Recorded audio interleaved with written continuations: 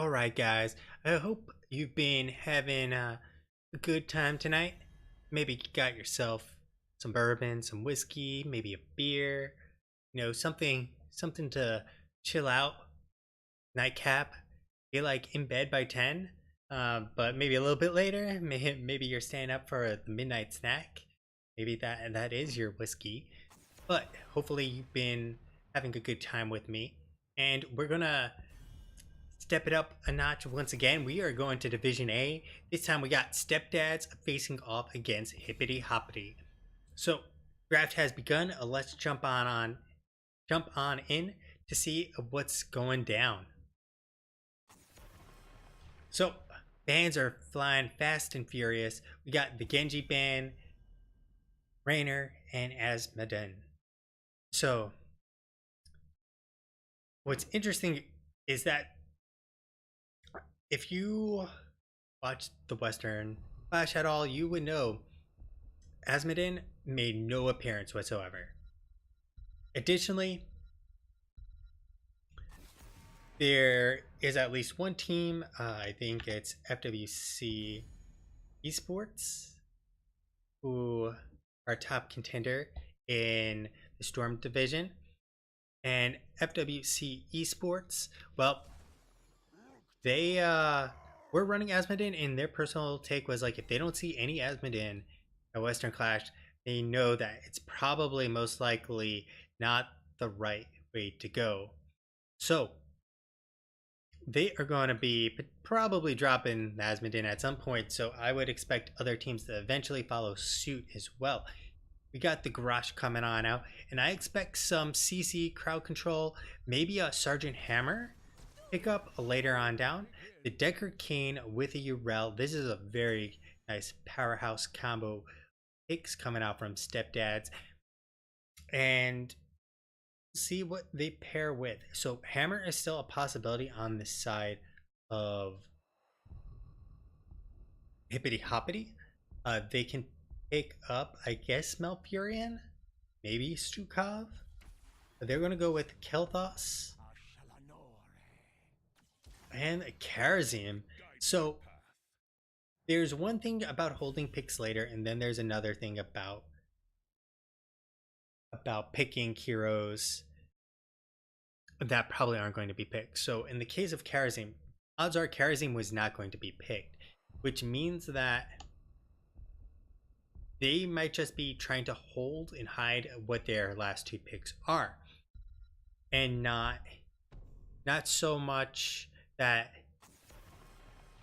Karazim is super high priority for them. It's just that whatever else they have in the bag of tricks for Hippity Hoppity, they don't want to show them quite yet. So the Blaze will be taken out, which means there's very few solo laners left.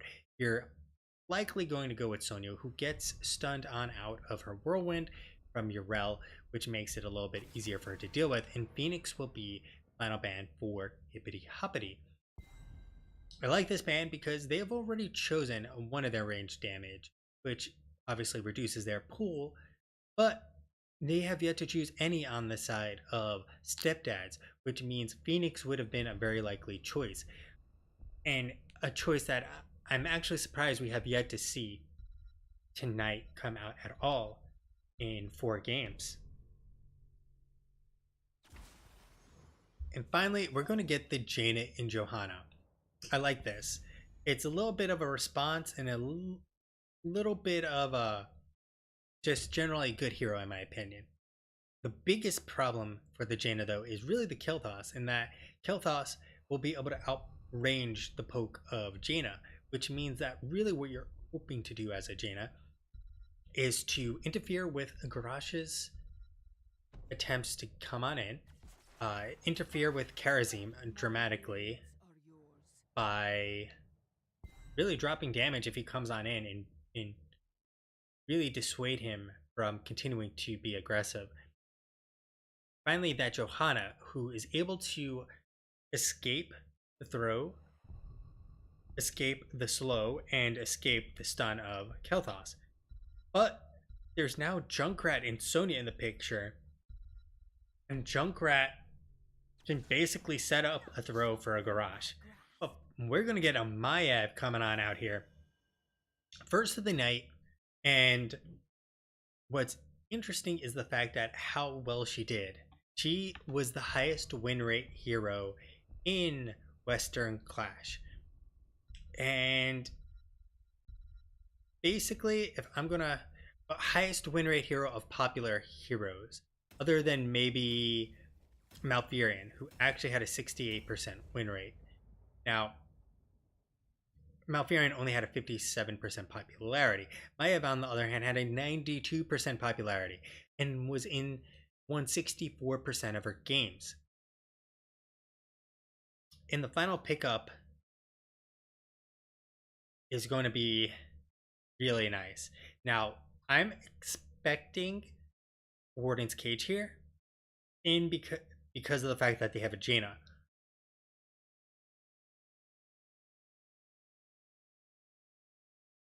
And the Jaina should be dropping her damage into the Warden's Cage and the Wombo combo of Dreams with the Lockdown, the Condemn, the maybe even Sacred Ground here. We'll see if it's Ardent Defender the most popular, but we'll see because of the combo. Alright, we're jumping on into game number 1. I hope you're all excited and ready for this game to start. We got Bacon on the Jaina, the Dream on Deckard Cain. We got Belize on Yrel, Bidums on the Maiev, and finally we have Tomsk on the Johanna, and that is going to be Stepdads. On the other side of the field, we have T Funny on the Karazim, Cap Charleston on the Garage, TZ Destroyer on the Jaina, Dirix on the Junkrat, and finally we have a Bloodhub on the Sonya, and that is going to be Hippity Hoppity.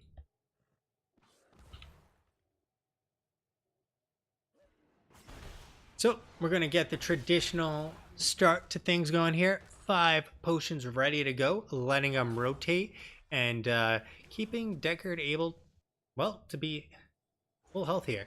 We are going to get actually the War Paint. You're seeing a less and less, a lot of times, people picking up War Paint, often because of the amount of time Sonya spends actually autoing is significantly less than she spends spinning, and so you wind up not getting enough value out of it. Now, we are going to get the Mana Addict Unrivaled Strength, put some English on it in Iron Fist. The Unrivaled Strength is a more untraditional pick in today's meta. I'd say we saw, I don't know if we saw any Barashes actually pick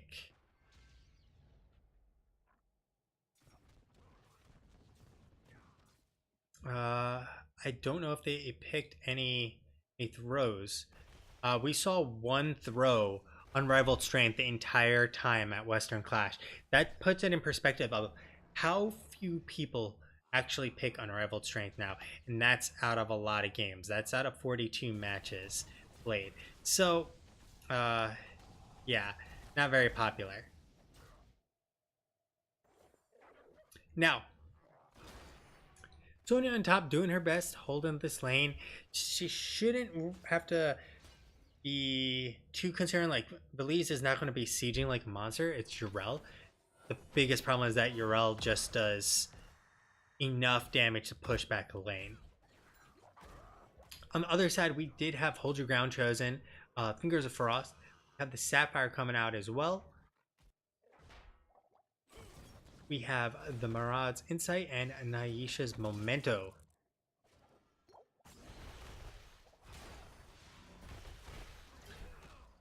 So both teams playing very cleanly, continuously rotating back and forth and back and forth.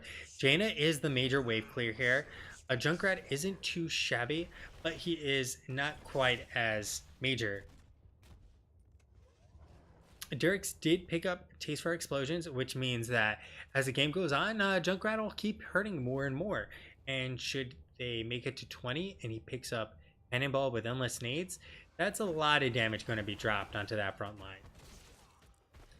Very quick pickup here on the side of Stepdads for their Bruiser Camp, alongside of Hippity Hoppity, both pretty much picking up same exact time, with both solo laners continuing to do their job.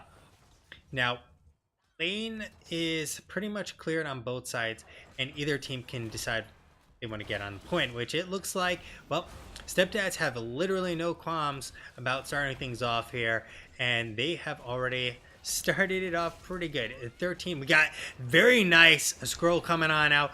There they go. Pretty deep. There's the pull. Bidum's dishing out the damage as best he can, with Adam getting a nice 4-man condemned.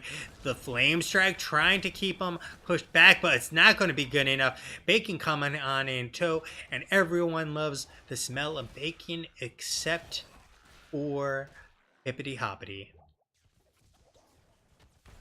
So this is definitely going to be starting things off with a bang for Stepdads, as they are now at 36, clearing up the top without taking really any tower damage. So this is a huge win. They're up half a level, and they get a Punisher, and they lose nothing pretty much anywhere on the map. So yeah, I don't know how.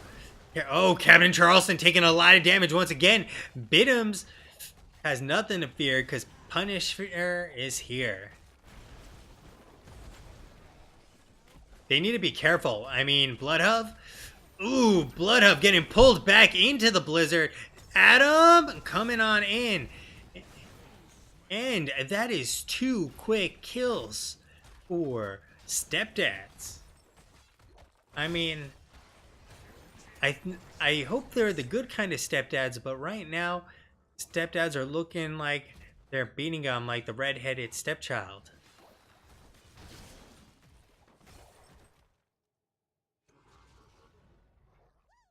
Top lane, I'm being defended by a TZ Destroyer as well. We also have Shadow Fury and Battle Rage. So both very untraditional choices here. I'm actually surprised he went Warpan at all then with Shadow Fury and Battle Rage. Now, taking a look at how many stacks we have across, we got 28, 8. We have the Fingers of Frost completed, which means that Mana Addict should have potentially been completed too. We have nothing else stacking up at the moment, so no need to look for any more quests. Stepdads just setting up camp here and declaring that this is their new home. Captain coming on in, tossing in Johanna, and Adam has the Iron Skin, but will it be enough? It will be. The Blessed Shield in tow will save the day, and Captain will thankfully have his Bloodthirst ready to go to keep him alive. That was a real nail biter there for Adam SK. I mean, I wasn't quite sure if he had it ready to go, the Iron Skin. Now, they're continuing this advantage push that they have with the 10s. This is perfect. This is what I was talking about earlier. Teams that don't take advantage of situations when they should be, and they just kind of give up their advantage and say, well, okay, we got it. We're not going to do anything with it. This is the difference between good, okay, and great, and bad teams. And you can see as we've gone through the divisions how different each of those situations are responded to by teams in higher divisions, which are in turn supposed to be better teams. On top, we got the Bruisers being picked up. We will have the Bruisers picked up on the other side, and with 10s ready to go, next Shrine fight will actually be on even footing. But the Shamans were picked up a little bit early here, and so should be able to get cleared up before they rotate bottom. However, Bloodhub needs to be careful. We got Adam rotating on in. There's the pull, the blind, the blizzard on top, not fully connecting, and the knockback from Veliz has actually messed up the Blessed Shield, but it will not matter. With all 5 in tow, nothing is going to stop Sonya from making a coffin. Top lane now being rotated to, as they do not have their Sonya. They need to deal with the Shaman camp first and foremost. Additionally, Garrosh took Thirst for Battle, which is not the traditional pickup as well. And against a Jaina, I don't know how they're ever expecting Garrosh to get in at this point without Indomitable. So I like this play though from Hippity Hoppity. They know they don't have Sonya there. They're going to just go and trade because they are not going to get the Punisher. The problem here is they don't have Punisher, and this Punisher has no fort to deal with, which means we could be looking at a 9-minute keep. A 9-minute keep. They're about to hit 13 as well, so if they take a tower down, they'll probably hit 13. They have enough time to blow up this bot camp. They didn't even take the fort. They managed to take the wall, but not the fort. So now they're all back ready to defend, and well, 9-minute keep, here we come. Punisher going to be prompted to jump over that wall, and they now have it completely open. The other thing is that this is the most deadly of the Punishers. It is an arcane Punisher, but it looks like they're not going to aggress in any further and just call it a day by taking, the front wall. Okay, what? And with no kerosene, they're going to go full man mode. The Blizzard on top and a dead Garrosh in the blink of an eye. And Keep is going down slowly but steadily. We got the Riptire coming on out. Not you. There we go. You finally used. Jaina going to be going down. And during that. And now Bloodhub coming on in. Getting the spear. The Ardent Defender and stay a while and listen. Preventing them from continuing to chase. We also have Warden's Cage coming out now, and they do get their, roughly a 9-minute keep.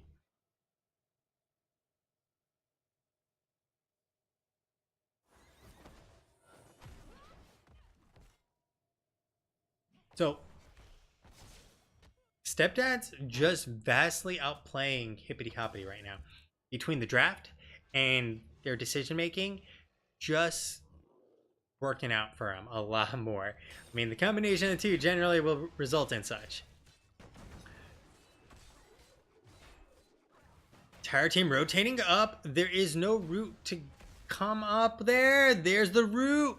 They're able to go. Blizzard dropping on top. Jaina going to be dying now. We have the Water Elemental on top of Captain Charleston and TZ. TZ Destroyer has nowhere to go. He's slowed down. There they go. Another one bites the dust. And another one's gone. And another one's gone.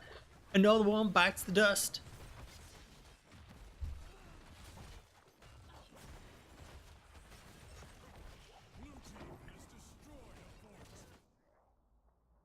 This is looking like a rampage from Stepdads. They are done with Hippity Hoppity's mom, and they're looking for a new wife here. Their waifus are not doing for them right now, and they need some new ones.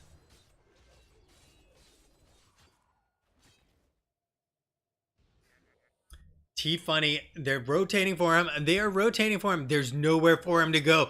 T-Funny, say goodbye. Knocked back in. The root, the blow up. T-Funny is not laughing right now after that. That rotation and that blow up. They are being punished left and right. Stepdads are basically 3 steps ahead and are playing some 4D chess against Hippity Hoppity right now. Captain looking for the throw.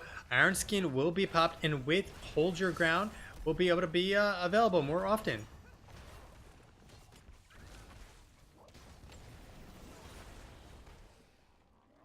Front wall down, 16 talent tier versus 14 talent tier, but 17 level versus 14 level. This is really, really bad. We have catapults that are going to be building up bottom. We have 2 and a third coming up. They have no level 16 talent. The Punisher just walks to the keep. And it looks like they're going to try and fight this. And this is essentially reached the point of no return. 25. And there they go. Bloodhub, a spin into win in the back. We got the Water Elemental coming out yet. There's a nice pull back from the Maiev. Bidums are doing God's work there. Bacon taking a lot of damage. Almost fully cooked there. A nice follow-up route from the Deckard, and say goodbye to another member of Hippity Hoppity. With the nice Ripper Air, Derix will get on out of there, as will T-Funny. But this is now 2 members down. We now have 3 catapults on the core, taking away the shields. They will be dealt with quite quickly, but we're actually seeing Stepdads not even go for the end. They're just going for the top keep as well simultaneously. This is Value Town that they're going for. They're basically looking to end this game, not right now, but slow and steady. So maybe when they hit 20. They are able to come on down. Punisher is still on up. They might be able to get kills. The Bloodhove is not long for this world. Trying to spin to win his way out of here. And the leap the Into the Fray will save Bloodhove. And they trade out a Jaina kill for one, which is quite nice. Adam has been tossed on back, taunted. There's a flame strike trying to get the dream. Captain still charging on it. The zoning Riptire. Adam is pretty low, Veles is pretty low, Bidums is low, but so is multiple members of Hippity Hoppity. Adam has nowhere to go, and he trades his own life for the keep.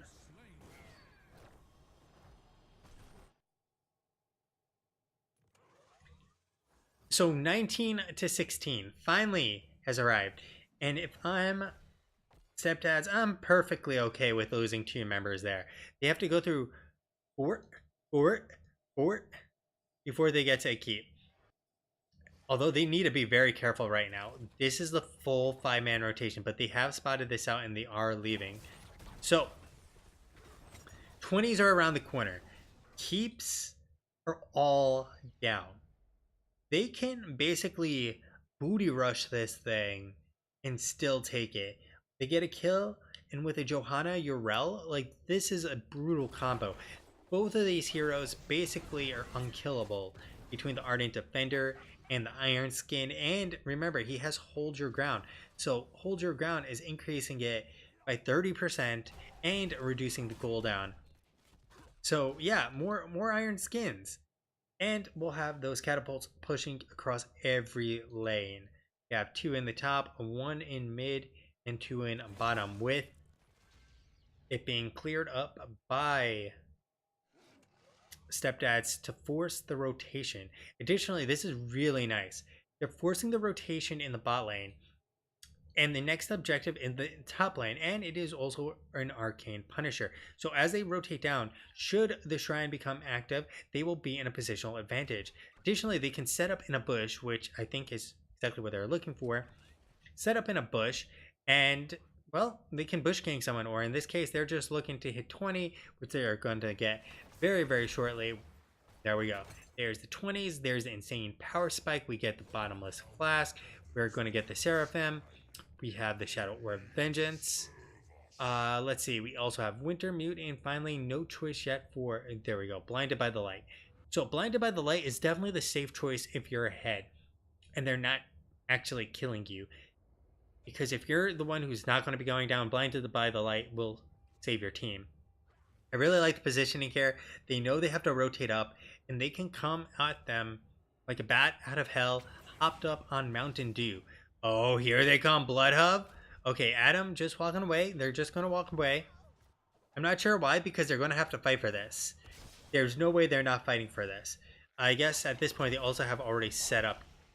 And there's the Winter Mute, or sorry, the Water Elemental, the toss on back. Captain Charleston has nowhere to go, though. Blessed Chill coming on out, the root in place, the taunt being used, but it doesn't matter. Ice Block beautifully used by Bacon. T-Funny coming on in with the 7-side strike, but caught by the Stale Wild and Listen. Valise all this time in the backline on cleanup duty, punching them around with that hammer. Knock them like a rock'em. Rock'em, so can't speak.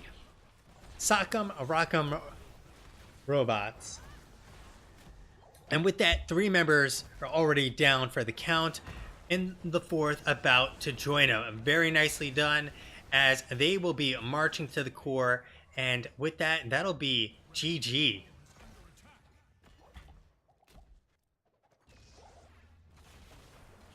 All right, so we're going to see the kill on Karazim there. We're going to see them continue to chase on down, pick up the next kill on Bloodhub. And before this, Garrosh just got instantly obliterated. And finally, well, TZ Destroyer next up on the menu for Stepdads.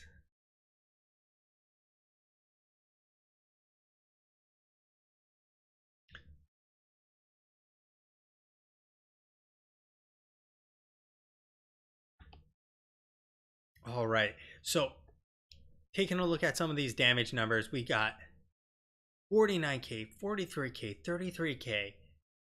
Top of the damage is Hippity Hoppity, but look at the kills, 16 to 3. Then you'll see very quickly why. 32,000 healing versus 74,000 healing. They basically had twice as much healing output from the Decker Cane, or had the healing output from Karazim. With, well, Karazim isn't even dealing damage. He dealt 10,000 damage. Decker Cane out DPS'd him. There's a lot of problems with how this comp was built for Hippity Hoppity, and it kind of shows. Biggest problem being the Karazim. Karazim provided pretty much no value in the game whatsoever, resulting in pretty brutal beatdown overall for him. Additionally, the fact that Garrosh didn't take Indomitable at level 4 is absolutely insane. He basically was kited endlessly and rooted in place, making it impossible for them to actually have him do anything. Alright guys, sit tight. We are going to be going to a game number 2. In the meantime, enjoy some replays. Stepdads have literally no qualms about starting things off here.